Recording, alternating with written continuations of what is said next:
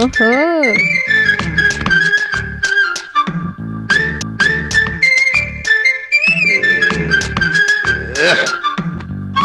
No.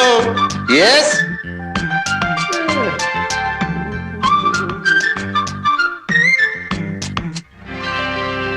ദിന്നാദിന്നാദരികിട തക്കും തളാങ്ക് തകതിമി തളാങ്ക് ദിന്നാദിന്നാദരികിട തക്കും തളാങ്ക് തകതിമി തളാങ്ക് കിടതരികിട കിടതരികിട തരികിട മീര എടുക്കടാ.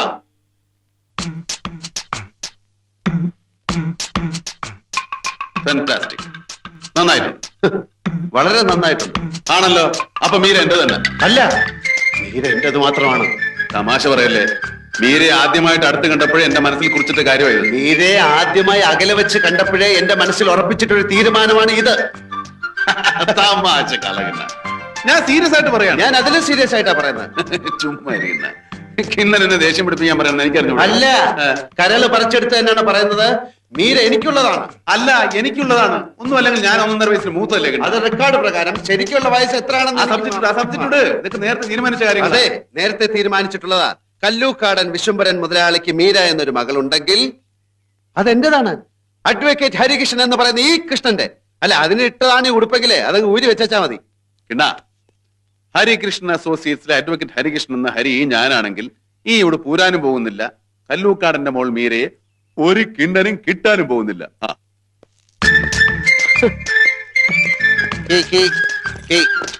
Thank you, thank you. Okay, അപ്പോ ഹരി മീരയെ ഇഷ്ടപ്പെടുന്നു. അതെ. എത്ര ഇഷ്ടപ്പെടുന്നു? ഒരുപാട്. ഒരുപാടെന്ന് പറഞ്ഞാൽ ഈ ആകാശം മുട്ടെ. അപ്പൊ ഹരി മീരയെ ഈ ആകാശം മുട്ടെ ഇഷ്ടപ്പെടുന്നു. ഇനി എന്നോട് ചോദിക്കും ഞാൻ എത്ര ഇഷ്ടപ്പെടുന്നു എന്ന്. ചോദിക്കേ. ചോദിക്കുന്നില്ല. ചോദിക്കുന്നില്ല. ഇയാളെന്താ ഒരുമാതിരി പിള്ളേരെ പോലെ.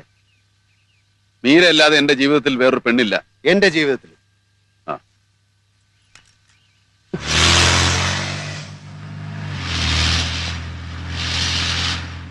ഇന്നാ ഇതൊക്കെ ഒരു നിമിത്തം. അല്ലെങ്കിൽ ഇത്രയും കാലം വിവാഹത്തിന്റെ കാര്യം പോലും ഞാൻ ആലോചിക്കായിരുന്നു. എന്താ പെണ്ണ് കിട്ടാത്തതുകൊണ്ട്. എനിക്കോ? എനിക്കോ? എന്താ വലിയ കാമദേവനാണെന്ന വിചാരം?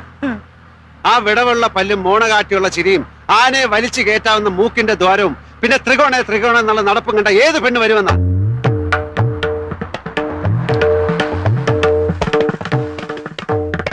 എന്താ ആ മത്തങ്ങ കൗളും ചളിങ്ങിയ മൂക്കും പിന്നെ ആമവാദം പിടിച്ചമാര് തോളും തൂക്കിയിട്ടുള്ള നടപ്പം കണ്ട പെമ്പിള്ളേര് പ്ലെയിനിൽ കയറി വരും അങ്ങ് ഈജിപ്തിന്ന്. എന്റെ കിന്ന ആ മൂക്കൊന്ന് പൊത്തിപ്പിടി. ഏതെങ്കിലും പെമ്പിള്ളേരൊന്ന് നോക്കിക്കോട്ടെ ആ മുഖത്തേക്ക്. മതി മതി, വലിയ ആളാവണ്ട, വലിയ ആളാവണ്ട.